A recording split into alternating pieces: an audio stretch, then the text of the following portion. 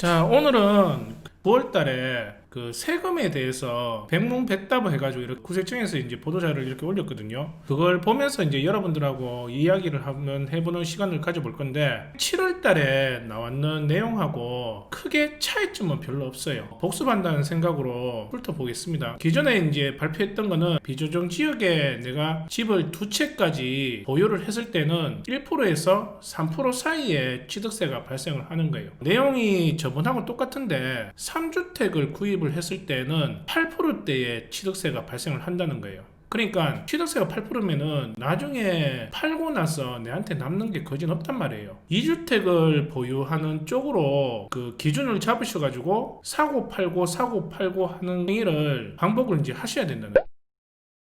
내가 규제 지역에 한 주택을 가지고 있고 비규제 지역에 내가 취득을 또 했단 말이에요. 그럴 경우에는 1에서 3%대의 취득세가 발생한다라고 이렇게 보시면 되는 거예요. 조금 틀려졌는 게 이건 같아요. 비조정 지역에 내가 한 주택을 보유를 했는데 규제 지역에 한 주택을 또 하나 보유를 했단 말이에요. 그때는 8%대의 취득세가 발생을 한다는 거예요. 되게 복잡할 수가 있는데 이해를 하셔야 돼요. 이게 잘못했다가는 취득세를 폭탄을 맞을 수가 있는 거예요.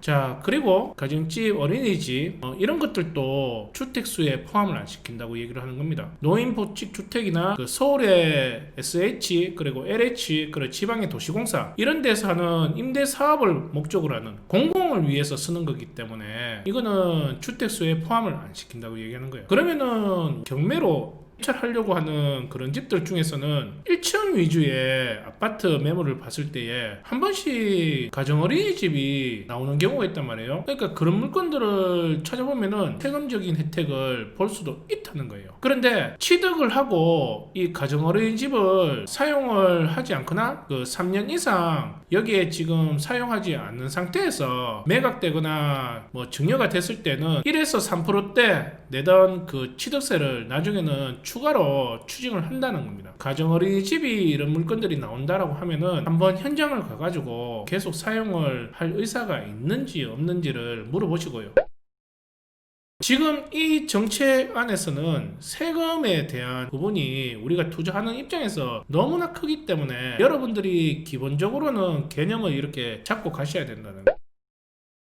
충남 아산시에 있는 배방자이 아파트라는 건인데 면적이 84제곱미터입니다.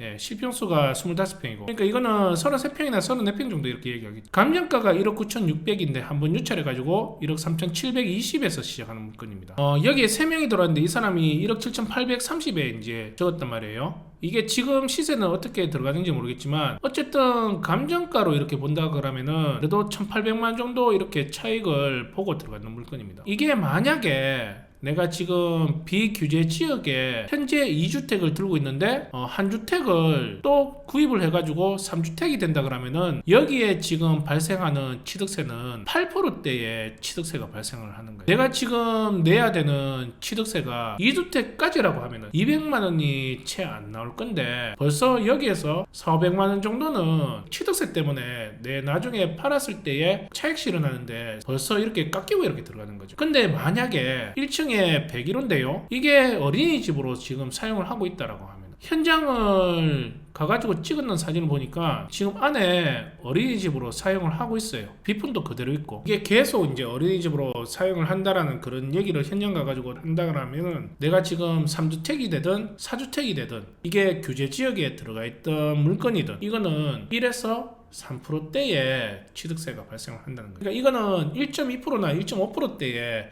취득세가 발생을 하는 거죠. 취득세의 세금적인 부분에서 절감을 시키고 들어가는 거고 다음에 내가 다른 물건을 잡는다고 해도 이 가정 어린이집 같은 경우에는 주택 보유수에 포함이 안 되기 때문에 다음 물건을 잡는 데에서는 크게 영향이 없다라고 이렇게 보시면 될 것 같아요.